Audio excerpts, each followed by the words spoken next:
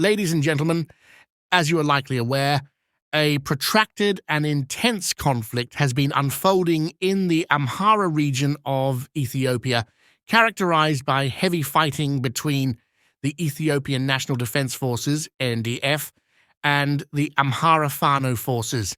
In recent times, this conflict has taken a significant and concerning turn, with the NDF launching a full-scale offensive against the Amhara Fano forces. In this video presentation, we aim to provide you with a comprehensive overview of the latest developments, drawing from the most up-to-date reports received from the battlefield. Our most recent updates indicate that a fierce and relentless battle is currently underway in Kobo, a city situated in northern Wello along the crucial A2 highway.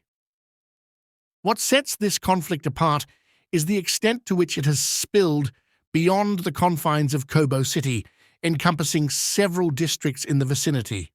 This expansion of hostilities has had far-reaching consequences, impacting not only Kobo itself, but also the surrounding areas, adding to the complexity and scale of the crisis. One particularly troubling aspect of the current situation is the apparent utilization of heavy artillery by the ENDF in this specific front. Moreover, there has been a notable deployment of a significant number of ENDF troops, accompanied by an array of heavy weaponry, indicating a heightened level of commitment to the ongoing confrontation. The presence of heavy artillery and a substantial military presence not only reflects the intensification of the conflict, but also raises concerns about the potential for further escalation. Regrettably, we have been inundated with reports of substantial casualties resulting from the relentless fighting in this region. These reports have been corroborated by local sources who describe the situation as exceptionally dire, characterized by the continuous reverberations of heavy artillery and the palpable tension on the ground.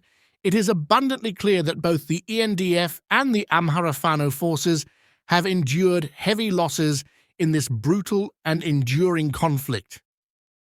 In addition to the ongoing conflict in the Amhara region and the recent offensive by the Ethiopian National Defense Forces, ENDF, against the Amhara Fano forces, there have been significant developments worth noting. If you recall our discussion in yesterday's video, Amhara civilian fighters managed to seize control of Abod after intense clashes with not only the ENDF, but also with Oromo region forces and the Oromo Liberation Front, OLF. It is important to clarify that these Amhara civilian fighters are distinct from the Fano forces. They are ordinary civilians who have taken up arms to protect themselves against what they perceive as impending massacres and ethnic cleansing. However, the situation has taken a disconcerting turn. According to the most recent updates we have received, the Ethiopian government has issued orders for drone attacks on these Amhara civilians who have been defending themselves in Abod. As of now, the ENDF has executed 3 drone strikes on this location.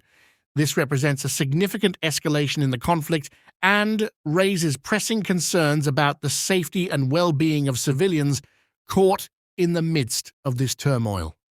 The use of drones in military operations adds a new dimension to the conflict, as it allows for targeted strikes and reconnaissance capabilities. Alongside drone attacks, the ENDF continues to deploy heavy weaponry such as tanks, artillery, and mortars in their efforts to regain control of Abod. These developments underscore the severity and complexity of the situation, as well as the grave challenges faced by those civilians who have taken up arms in self-defense. It is crucial to emphasize that the situation in Abod is a microcosm of the broader conflict in the Amhara region, where civilian populations are increasingly finding themselves embroiled in a dangerous and volatile conflict that threatens their lives and communities. The use of military force against civilians further underscores the urgent need for diplomatic and humanitarian intervention to de-escalate tensions and protect the rights and safety of all those affected by this crisis. Beyond the ongoing military operations and the situation in Abod, recent reports have brought to light a noteworthy development regarding the head of the Northwest Command of the Ethiopian military, Lieutenant General Birhanu Bekele. General Birhanu Bekele, who formerly served as the leader of the Republican Guard, has publicly articulated his growing frustration due to what he perceives as a lack of support from the public in the Amhara region. This candid expression of frustration by a high-ranking military official adds a layer of complexity to the multifaceted conflict in the Amhara region. General Birhanu Bekele's sentiments reflect the challenges faced by the Ethiopian military as they grapple with not only the operational aspects of the conflict, but also the broader socio-political dynamics at play. The lack of public support in the Amhara region can be seen as a concerning indicator of the growing divisions within Ethiopian society. It underscores the deeply rooted grievances and mistrust that have permeated various segments of the population, even as the country faces a series of internal challenges.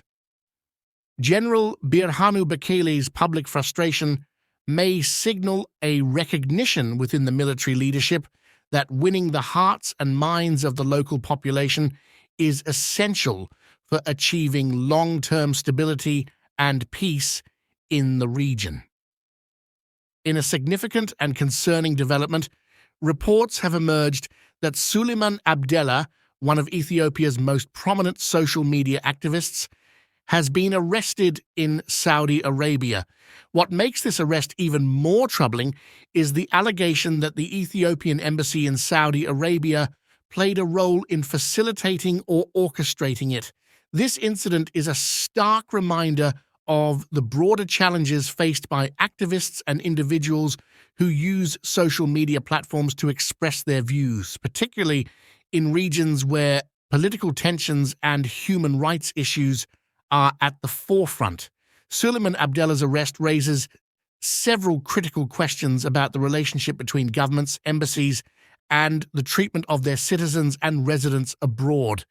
Allegations of an embassy's involvement in the detention of a citizen add a layer of complexity to this already concerning situation. Such allegations, if substantiated, could have far-reaching diplomatic and legal implications, potentially straining relations between the two countries.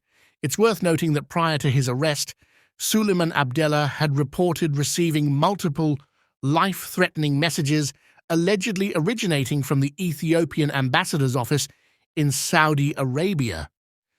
These messages, if verified, point to a disturbing pattern of harassment and intimidation against individuals who are outspoken about human rights and political issues. The situation underscores the vulnerabilities faced by activists and individuals who use social media as a platform for advocacy and free expression, especially when their views run counter to the interests or policies of the governments they criticize.